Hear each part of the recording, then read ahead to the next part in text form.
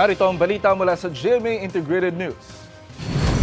6 ang huling bilang ng mga nasawi sa pananalasa ng bagyong Aghon ayon sa National Disaster Risk Reduction and Management Council. 8 naman ang naitalang sugatan. Mahigit 16,400 pamilya ang apektado mula sa 7 rehiyon. Tinatayang nasa mahigit 21 milyong piso naman ang pinsala sa agrikultura.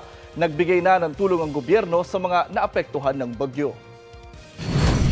Narito naman ay iba pang balitang binabantayan ng GMA Integrated News. Luzon Grid, isa sa ilalim muli sa yellow alert ngayong araw dahil sa kakulangan sa supply ng kuryente. Mga nakatira sa tabing ilog at mabababang lugar sa Ilocos Region, Cordillera, Central Luzon at Mimaropa, pinaalerto ng Pag-asa sa banta ng baha. At kahit tag-ulan na, halos 40 lugar sa bansa makararanas pa rin ng matinding init at alinsangan ngayong araw. Para sa mas malaking misyon at mas malawak na paglilingkod sa bayan, ako po si Jonathan Andal ng GMA Integrated News, ang News Authority ng Pilipino.